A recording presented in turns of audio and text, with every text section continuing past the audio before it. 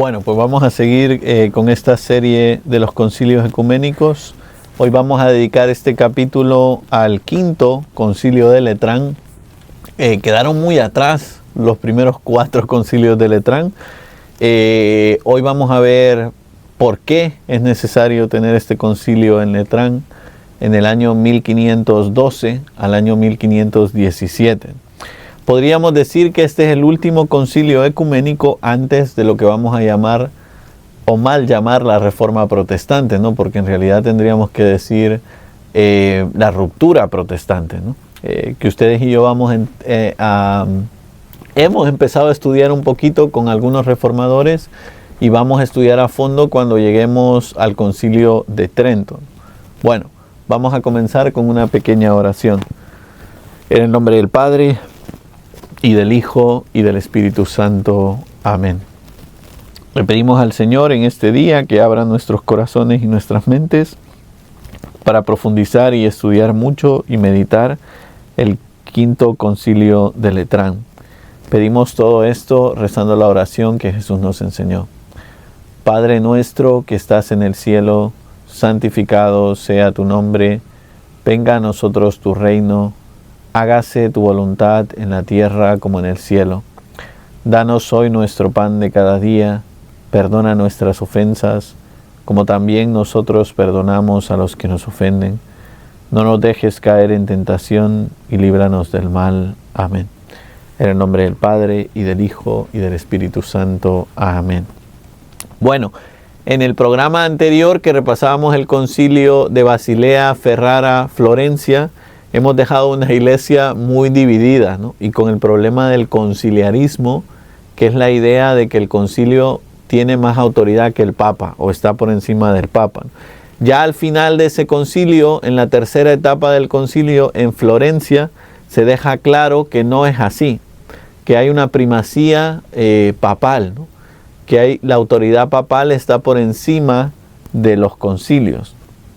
Y entonces es en el año 1512 que el Papa Julio II convoca este concilio en la Basílica de San Juan de Letrán, en Roma. Ustedes y yo sabemos que ya habían habido 4 concilios en Letrán, Roma, ¿no? Quizás aquí el Papa decide volver a hacerlo en Letrán, Roma, para volver a centralizar la iglesia y a reforzar esa idea de la autoridad papal por encima del concilio. Es el Papa el encargado de convocar el concilio. Es el Papa el encargado de confirmar a sus hermanos en la fe, ¿no? Con la ayuda de los obispos y de los cardenales y del concilio, sí, pero el encargado, el que tiene la autoridad sobre estas cosas, es el Papa. Existe aquí, como ustedes y yo estamos hablando ahora, la herejía o el cisma del conciliarismo, ¿no? Ya antes hablábamos un poco de lo que fue el inicio del concilio de Basilea, donde se elige un antipapa, ¿verdad? Y se va un poco por otra línea, intentando como crear una iglesia paralela por disgustos con el Papa. En el año 1511 hay un malmente llamado concilio de Pisa, promovido por los cardenales descontentos, ¿verdad? Podríamos decir, ahí podemos ver cómo el conciliarismo destruye un poco la unidad de la iglesia y la comunión que existía en la iglesia. El Papa Julio II, al ver esto, pues decide en el año 1512, es decir, el año después, convocar el concilio de Letrán.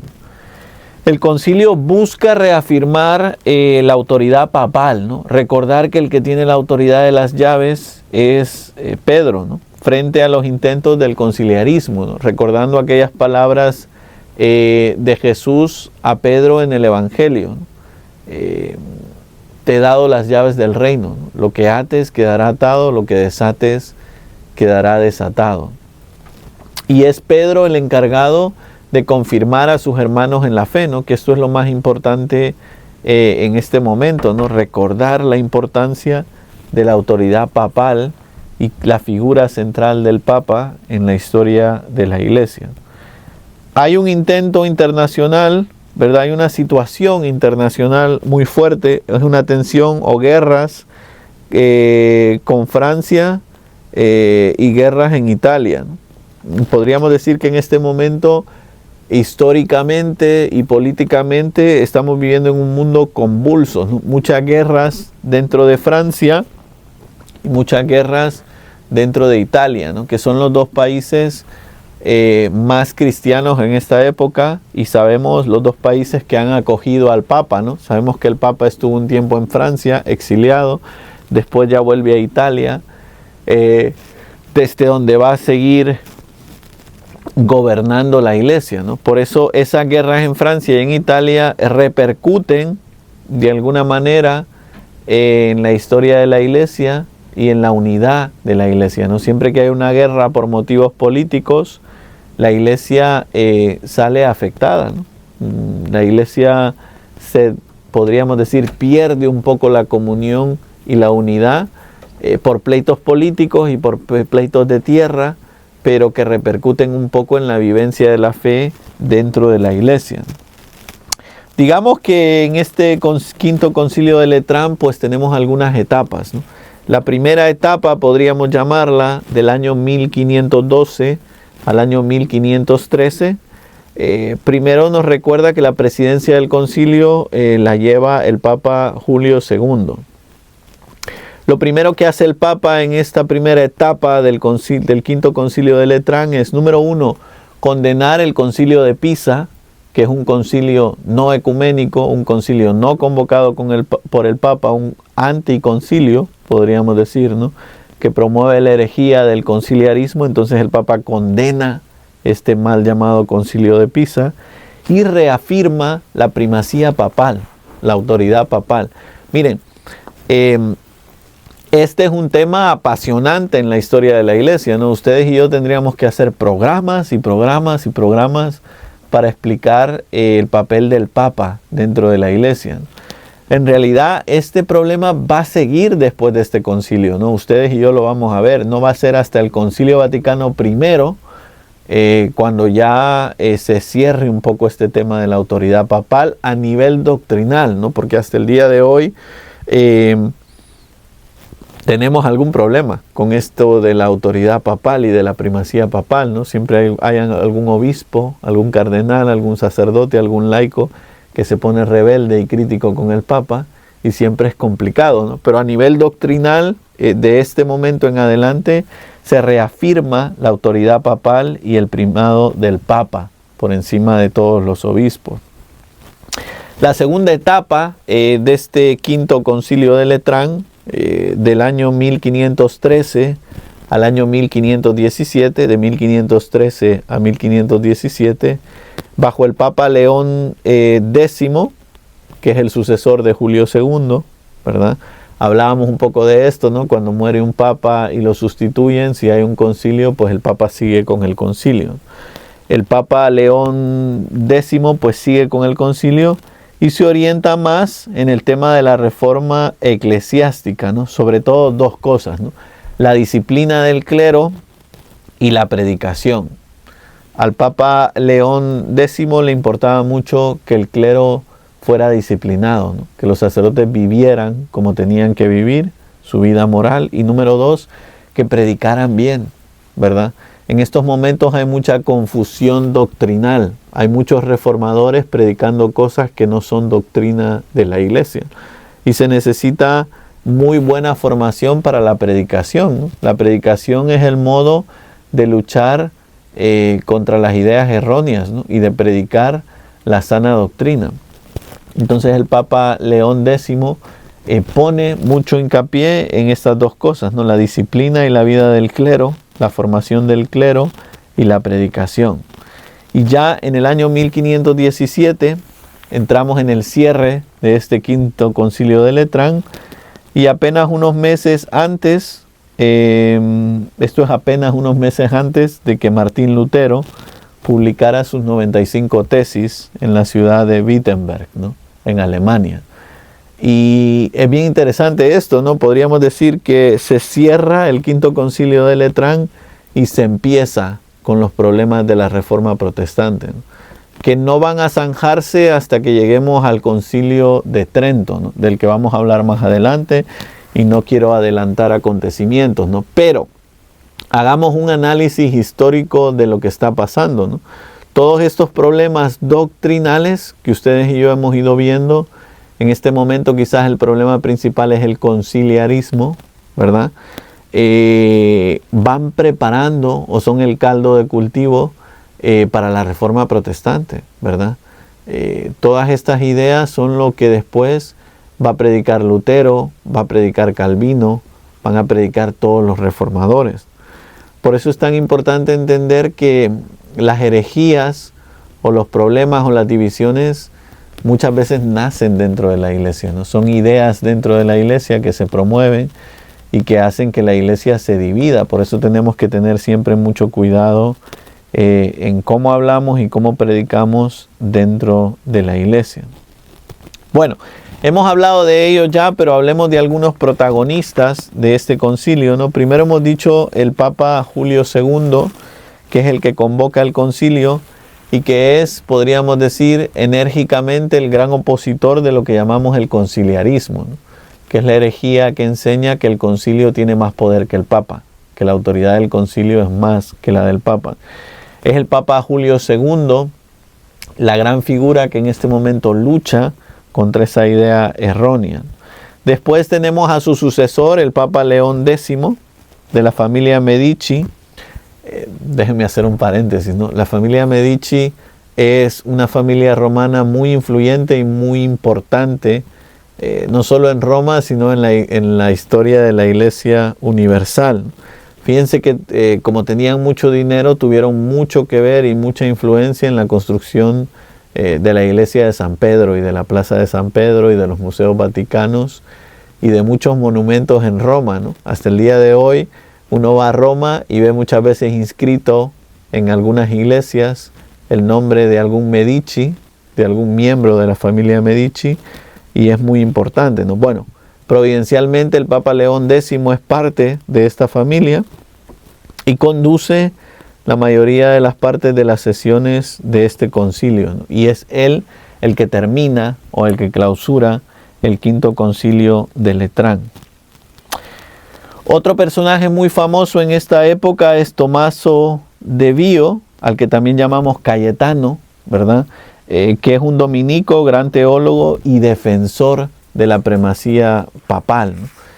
Claro, detrás de las ideas teológicas pues hay teólogos, ¿no? Y el que defienden o los que defienden un poco toda la primacía papal son Cayetano y en concreto los dominicos, ¿no? Que son los teólogos fuertes en esta época. También existe otro personaje famoso, Edigio de Viterbo, general de los agustinos, famoso por su discurso inaugural sobre la necesidad de reforma espiritual. Parémonos aquí un momento, ¿no? Todas estas crisis estructurales, políticas, culturales, religiosas, tienen que ver con la espiritualidad. Por eso siempre que empezamos a reformar la iglesia, empezamos por la parte espiritual. El ejemplo más claro aquí es el cónclave, ¿no? Antes de que empezáramos el cónclave que eligió al Papa León, ¿verdad? Que es lo que todos tenemos fresco en la mente. Lo que nosotros no sabemos es que los cardenales tuvieron un día de retiro, ¿no? Que predicó el cardenal Cantalamessa antes de que se sentaran a elegir al Papa. Cualquiera de nosotros que ve esto desde el punto de vista práctico y mundano podría decir qué pérdida de tiempo, ¿no? Un día de retiro si teníamos prisa en elegir al Papa, ¿no? No, ninguna pérdida de tiempo, ¿no? Para poder elegir bien la voluntad de Dios y lo que Dios quiere que hagamos en la iglesia, necesitamos reformar nuestra vida espiritual, ¿no? Por eso siempre tenemos que estar muy encima de nosotros mismos, viendo cuáles son las cosas que yo tengo que cambiar o reformar en mi vida para seguir adelante con las reformas de la iglesia, ¿no? Yo no puedo cambiar la iglesia si no me cambio a mí mismo. Si yo soy un mediocre y yo soy un pecador y yo soy un vicioso, nunca voy a poder cambiar la iglesia, ¿no? Voy a colaborar para que la iglesia se estropee más, ¿no? Y por eso es muy importante que nosotros entendamos que la reforma de la iglesia empieza conmigo mismo, ¿no? Quiero cambiar la iglesia, cámbiate a ti mismo, ¿no? ¿Quieres cambiar la iglesia? Sal del pecado, sal de los vicios, sal de las cosas que te esclavizan. Y así vamos a cambiar la iglesia, ¿no? Y en esto nos dan ejemplo los santos. Fíjense que podemos poner, ya que estamos entrando en este tema de la reforma protestante, podríamos decir que los grandes reformadores de la iglesia son siempre los santos, ¿no? Son los que han cambiado la historia de la iglesia. ¿Y cómo cambiaron los santos la historia de la iglesia? Cambiándose a sí mismos, ¿verdad? San Francisco de Asís, antes de fundar los franciscanos y armar la revolución que armó dentro de la iglesia, cambió su vida, se convirtió, ¿no? San Ignacio de Loyola, antes de fundar la Compañía de Jesús y revolucionar la iglesia, sobre todo con el tema de las misiones en la Iglesia Universal, pues cambió su vida, ¿verdad? Santa Teresa de Ávila, San Juan de la Cruz, que reformaron el Carmelo y cambiaron la historia de la iglesia, ¿cómo empezaron? Cambiando su vida. Y estos son los santos, ¿no? Los santos, y por ahí tendríamos que ir nosotros, para querer cambiar la iglesia, empiezan cambiando su propia vida. No caigamos en la tentación de creernos reformadores, ¿verdad? Muchos de nosotros a veces caemos en la tentación de pensar como Lutero, como Calvino, como Zwinglio, como Wycliffe, como Hus, como todos estos reformadores que querían cambiar la iglesia, ¿verdad? Cambiar el modo de pensar de la iglesia, las estructuras de la iglesia, pero sin cambiar ellos. Y lo sabemos porque tenemos testimonio de esto, ¿no? Lutero era un hombre claramente, podríamos decir, viciado con los pecados de la carne. Él mismo lo cuenta en su diario. No es algo que él escondiera. Y muchas veces por justificar los pecados de su carne, pues quería reformar la iglesia, ¿no? Y esto es el problema. Déjenme hacer un pequeño paréntesis aquí, ¿no? Cuando yo quiero cambiar la iglesia a mi conveniencia, o por mis deseos carnales, o porque a mí me parece y porque yo quiero, bueno, es un criterio pobre y muy peligroso, ¿no? ¿Quién soy yo para cambiar la iglesia? Yo no soy Dios, y ni siquiera soy santo, ¿no? Entonces, ¿quién soy yo para cambiar la iglesia? Por eso la reforma de la iglesia tiene que empezar por cambiarme a mí mismo, ¿no? Cuando yo cambie mi vida y ame profundamente a Dios, la iglesia va a cambiar. Pero no al revés, no seamos reformadores, no queramos cambiar las estructuras de la iglesia sin cambiar primero nosotros nuestra vida y nuestro corazón. Bueno, centrémonos por un momento en algunas reformas que hizo este quinto concilio de Letrán. Fíjense que lo primero que hace este quinto concilio de Letrán es luchar contra el conciliarismo. Ustedes y yo sabemos que era un problema dentro de la iglesia esto desde el concilio de Constanza, ¿no? Del cual hicimos un programa antes. Bueno, pues el quinto concilio de Letrán condena el concilio de Pisa en el año 1511, como decíamos antes, reafirma la primacía papal sobre cualquier concilio. Fíjense qué interesante esto, ¿no? El Papa es el encargado de los concilios, ¿no? Para que un concilio sea universal, para que un concilio sea ecuménico, para que un concilio sea válido, tiene que tener el sello y la autorización papal. No puedo yo decir, voy a convocar un concilio y reunir a mis amigos y convocar un concilio. No, eso no es un concilio. Puede ser una reunión de amigos, como fue el concilio de Pisa en el año 1511, pero no un concilio, ¿no? Para que algo sea un concilio tiene que tener el sello y la autorización papal. En este tiempo también se habla mucho sobre la disciplina eclesiástica, ¿no? Sobre todo la reforma de las órdenes religiosas. En este momento existen ya muchas órdenes religiosas, ¿no? ¿Y cuál es el problema? Que muchas órdenes religiosas ya tienen mucho prestigio y mucha fama y mucha fortuna. Y empieza siempre que pasa esto a desvirtuarse la vida religiosa. ¿Qué es la vida religiosa? La vida religiosa es querer seguir el ejemplo de la vida de Jesús. Y en concreto vivirlo en pobreza, castidad y obediencia, ¿no? Que son los 3 votos de la vida religiosa. Fíjense que aquí vemos la entrega radical de las personas a Dios, ¿no? Pobreza en el sentido de que no se tienen cosas materiales, Si la orden religiosa posee cosas materiales, le pertenece a la orden religiosa y no al religioso concreto. Porque la idea es vivir de Dios, ¿no? Vaciarnos de todas las cosas y de todas las personas para vivir de Dios, ¿no? Castidad o virginidad, ¿no? Que es el segundo voto, nos recuerda que le pertenecemos a Dios, que nuestro corazón es de Dios, ¿no? Los religiosos son los que se han entregado a Dios al 100%, ¿no? Por eso no tienen un esposo o una esposa, no porque el matrimonio sea malo, sino porque han elegido un amor más grande, ¿no? Un bien más grande, con la idea un poco de adelantar el cielo, como vamos a hablar ahora, ¿no? Y luego el tercer punto o el tercer voto es la obediencia, ¿no? Que es la obediencia radical al superior, que es para un religioso la voluntad de Dios en su vida. Y esto es bien bonito porque los religiosos, los superiores, te pueden mandar a donde ellos quieran, ¿no? Si te quieren mandar a China, a Japón, a El Salvador, a Venezuela, a Costa Rica, a donde quieran, ¿no? Y es parte de la obediencia religiosa, pues dejar que otro me diga cómo tengo que vivir mi vida, ¿no? Por tanto, ya vemos que la vida religiosa no es una vida fácil, es una vida de entrega a Dios y una vida, podríamos decir, dice el magisterio, un signo escatológico.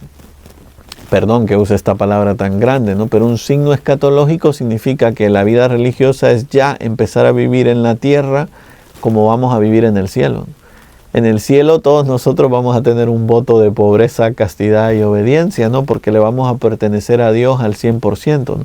Aquí en la tierra hay algunos de nosotros que son religiosos, que ya empezaron a vivir el cielo en la tierra, ¿no? Por eso la vida religiosa es una vocación muy bonita. Bueno, en esta época se ve la gran necesidad de reformar la vida religiosa, exigiendo austeridad, es decir, pobreza en los conventos religiosos, y observancia, es decir, que se cumpla la regla del fundador de la orden religiosa. Miren, esto es un problema grande en la historia de la iglesia, ¿no?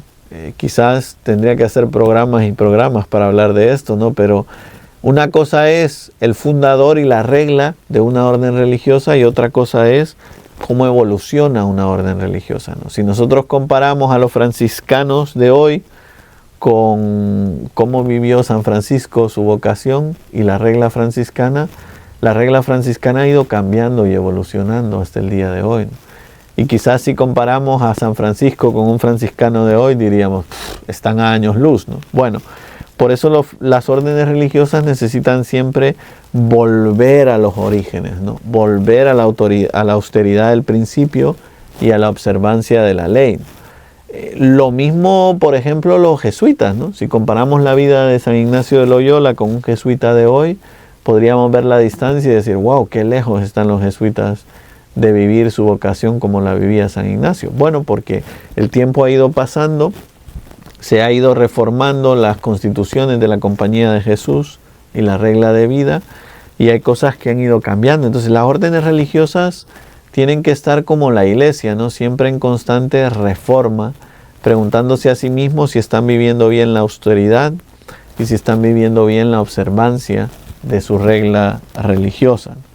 Bueno, después también dentro de la disciplina eclesiástica se habla un poco del control de la acumulación de beneficios y de los abusos de administración eclesiástica, ¿no? Es decir, que los clérigos, que los sacerdotes no acumulen dinero y beneficio.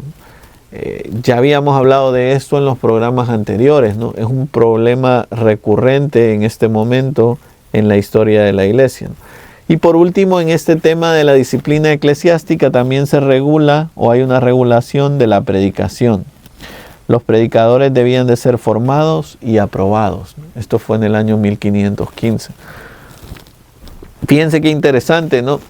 Nosotros hoy en este mundo moderno, un poco protestante en su modo de pensar, pensamos que cualquiera puede predicar. Y la prueba más grande es lo que yo estoy haciendo, ¿no? Cualquiera agarra una cámara y empieza a hablarle a la cámara, ¿no? Pero no porque una persona predique, podemos decir que está predicando bien o que está predicando la palabra de Dios, porque una cosa es hablar bien, y hay mucha gente que habla bien, y otra cosa es predicar la palabra de Dios, ¿verdad? Para predicar la palabra de Dios, ya nos dice aquí el quinto concilio de Letrán, que hay que formarse y estar aprobado por la iglesia, ¿no? Para predicar. Formarse, es decir, estudiar, y estar aprobado, que la iglesia me haya dado permiso para predicar. Esto sucede también dentro del esquema de la iglesia de hoy, ¿no? Dentro de la liturgia solo pueden predicar los clérigos, ¿no? El diácono, el sacerdote y el obispo, ¿no? No puede un laico predicar dentro de la liturgia, dentro de la misa, ¿no? Fuera de la misa sí existen predicaciones de laicos, ¿verdad? Pero laicos que me están oyendo, ¿no? Si tú tienes la labor o la misión de predicar dentro de la iglesia, número uno, tienes que formarte. Nadie da lo que no tiene, ¿no? No existe nada peor que el predicador que no se ha formado y que predica cualquier cosa o se predica a sí mismo, ¿no? Y número dos, aprobado por la iglesia, ¿no? Qué importante es que aquellos de ustedes laicos que predican antes hayan hablado con el sacerdote de su parroquia y le hayan dicho: yo estoy haciendo esto, padre, recomiéndome, ayúdeme, ¿cómo puedo predicar bien esto? A mí me sorprende a veces y me alegra cuando algunos de ustedes tienen que predicar o preparar una charla y vienen y me preguntan a mi: padre, esto está bien, revísemelo. A mí me encanta porque digo, bueno, por lo menos están poniendo en las manos de la iglesia el saber que lo que están predicando está aprobado, ¿no? Por la iglesia. No es cualquier predicación.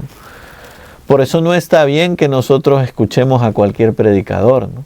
Aunque hoy esté de moda, ¿verdad?, los predicadores, pero no está bien, ¿no? Tiene que ser, por un lado, un predicador formado, que haya estudiado para predicar, y número dos, un predicador aprobado por la iglesia. Esto es muy importante. Bueno, otro problema en este momento son las propiedades eclesiásticas, ¿no? Hay una prohibición a los laicos de apropiarse de los bienes eclesiásticos o de usurpar las rentas de la iglesia, ¿no? Sabemos que esto fue un problema antes, ¿no? ¿Se acuerdan? Algunos programas atrás hablábamos de cómo el emperador quería quedarse con los bienes de la iglesia, ¿no?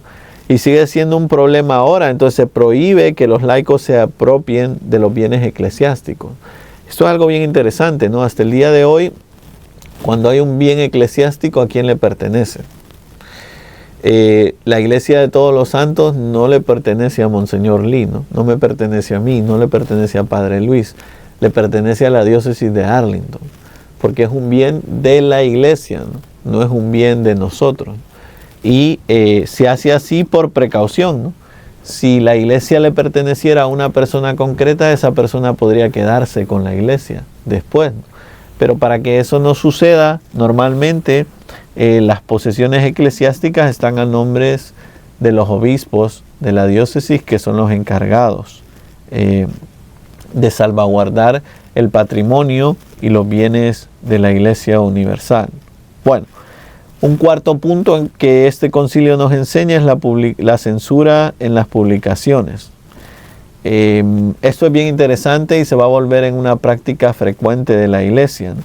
Es el primer intento de una censura previa a la impresa, ¿no? Ningún libro puede publicarse sin autorización eclesial. Hoy ustedes y yo entendemos lo que es un nil ostak, ¿no? Es decir, que cualquier libro católico que se publique, o cualquier Biblia o cualquier libro, ¿verdad?, tiene que estar aprobado por el sello de la iglesia, ¿no? Alguien, normalmente un obispo o un teólogo, tiene que haber dado su aprobación para que un libro sea editado, publicado, perdón. En esta época moderna, pues es tan fácil publicar un libro, ¿verdad? Basta que uno lo suba todo a, no quiero hacer propaganda a nadie, ¿no?, pero alguna compañía de libros, y después lo imprima y lo venda en internet, ¿no?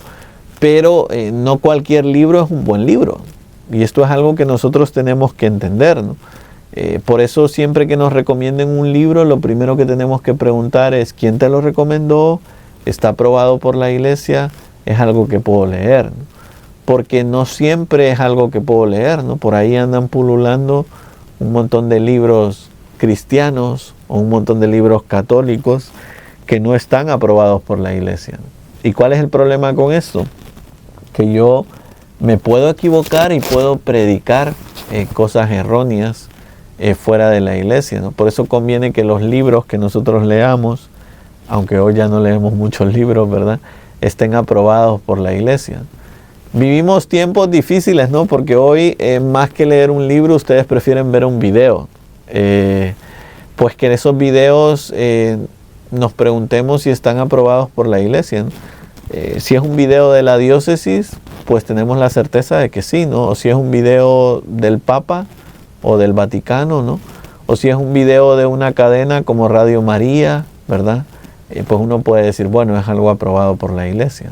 Pero si es un video, podríamos decir, al azar, de alguien que no conozco, que no sé de dónde es, ojo, porque pueden causar mucha confusión algunos videos y algunos predicadores por internet. 5. Otra cosa que hace este concilio es la defensa de la filosofía escolástica, ¿no? Bueno, ¿qué es la filosofía escolástica? La filosofía escolástica es la filosofía de la rama de Aristóteles y de Santo Tomás de Aquino. Se condena en este momento las doctrinas averroístas que negaban la inmortalidad del alma, ¿verdad?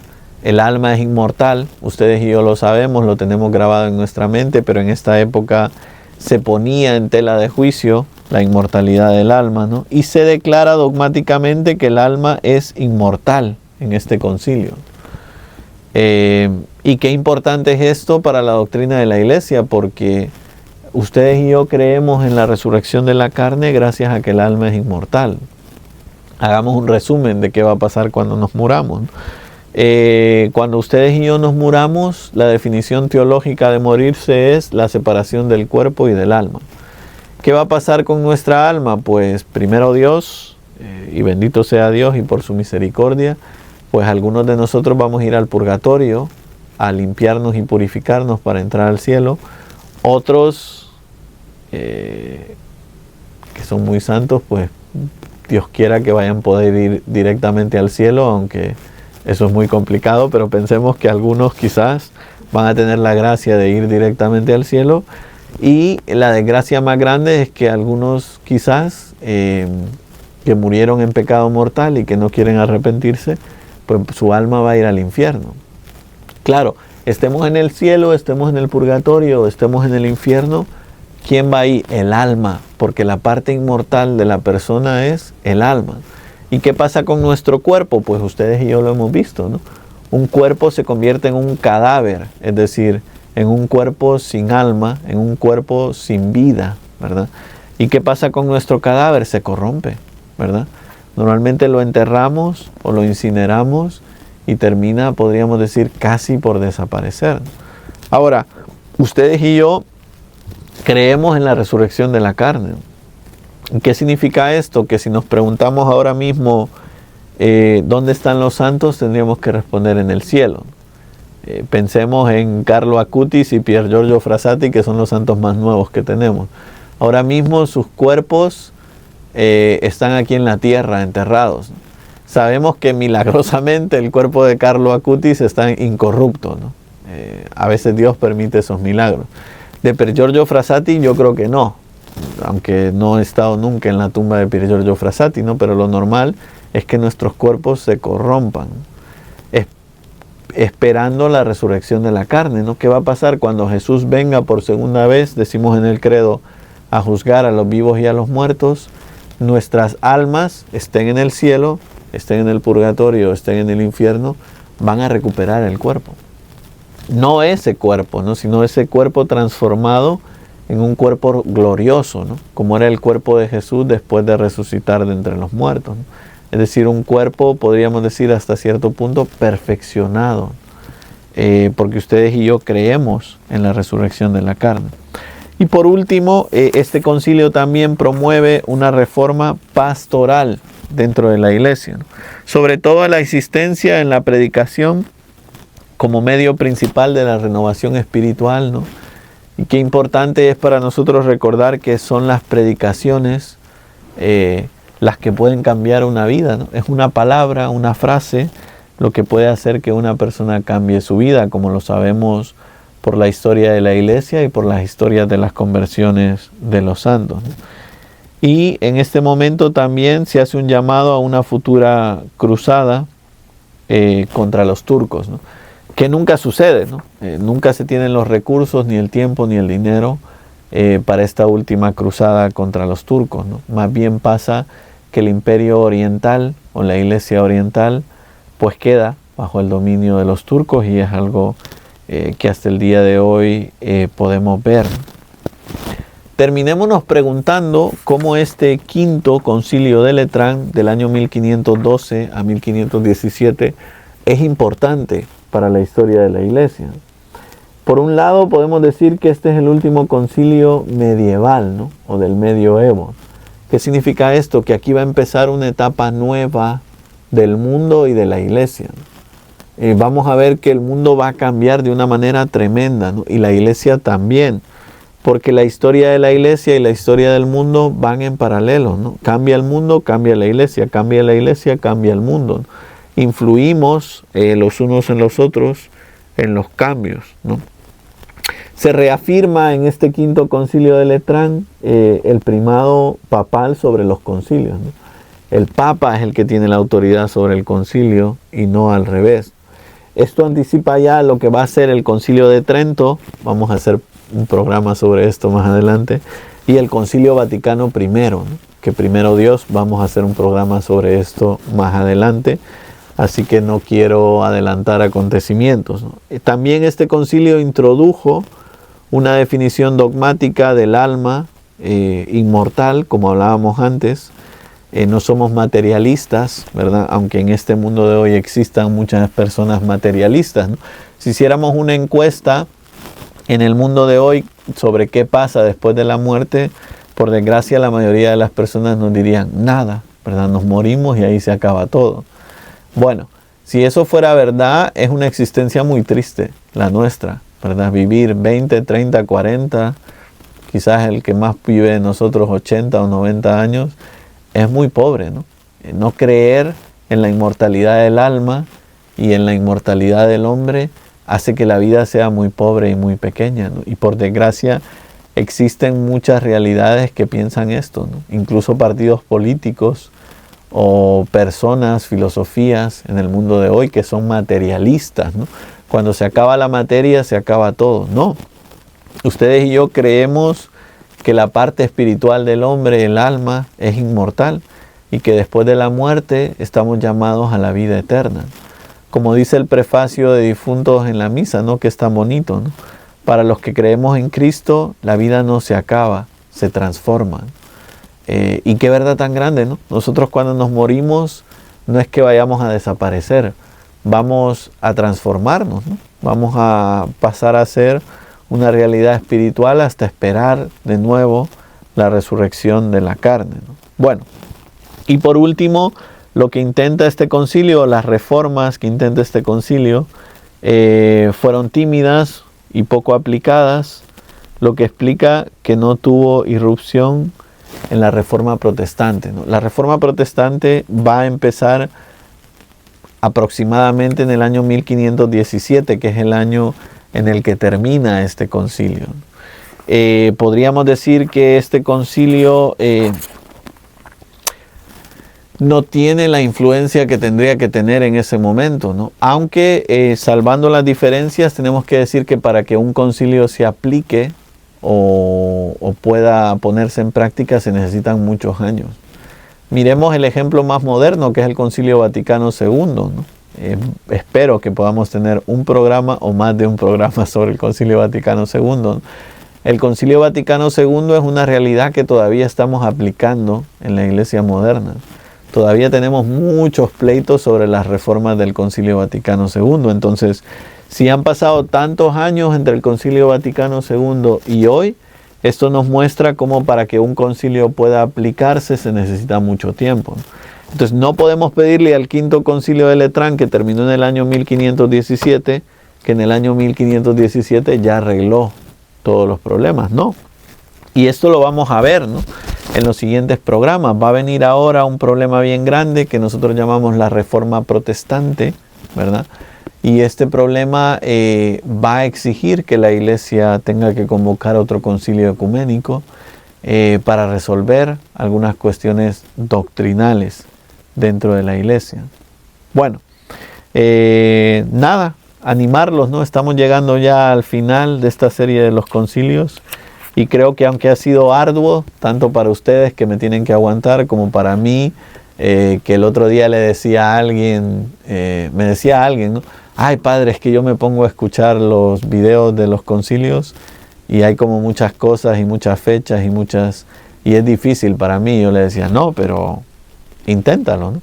Y le decía, fíjate que para mí es como volver al seminario, ¿no? Siempre que grabo un video de estos, siento como si he vuelto a la clase de historia de la iglesia, porque son cosas que yo ya he aprendido, que están ahí guardadas en mi cabeza y en mi corazón, pero de las que no hablo todos los días, ¿no? Por eso es tan valioso para mí venirme a sentar aquí enfrente de la cámara y grabar estos programas, ¿no? En la iglesia, en la prédica de diario y del domingo no les puedo hablar de estas cosas, ¿verdad? Si les hablara de esto, ustedes se duermen en la iglesia, ¿no? En estos videos los estamos dedicando a esto, ¿no? No son videos obvios, ¿verdad? No son cosas que les van a enseñar en otro lugar. Y entonces la idea de estos videos es que se queden grabados y que nos puedan servir como referencia. Imagínense, ¿no? Que alguien les dice a ustedes en su grupo, dame una clase sobre el Concilio Vaticano II, ¿no? Bueno, quizás no tengas el tiempo para leer un libro, pero primero Dios vamos a tener algún programa grabado, pues puede servir de referencia para que alguno de ustedes se forme y pueda enseñar estos temas en sus grupos, en sus familias y en sus parroquias, ¿no? Así que ánimo, nos queda poquito y vamos a entrar juntos también en los documentos del magisterio. Bueno, si les parece, vamos a terminar con una pequeña oración. En el nombre del Padre, y del Hijo, y del Espíritu Santo. Amén. Le damos gracias al Señor por los inmensos beneficios recibidos en este programa sobre el Quinto Concilio de Letrán, y le pedimos al Señor que nos siga ayudando, no solo a repasar la historia de la Iglesia y de los concilios, sino a aprender de los errores del pasado para poder hoy aplicar a la Iglesia todas las reformas que Jesús y que el Espíritu Santo quieren hacer en nuestra vida y en la vida de la Iglesia. Pedimos todo esto por intercesión de la Virgen María. Dios te salve María, llena eres de gracia, el Señor es contigo. Bendita tú eres entre todas las mujeres, y bendito es el fruto de tu vientre, Jesús. Santa María, Madre de Dios, ruega por nosotros pecadores, ahora y en la hora de nuestra muerte. Amén. Santa María de Guadalupe, ruega por nosotros. En el nombre del Padre, y del Hijo, y del Espíritu Santo. Amén.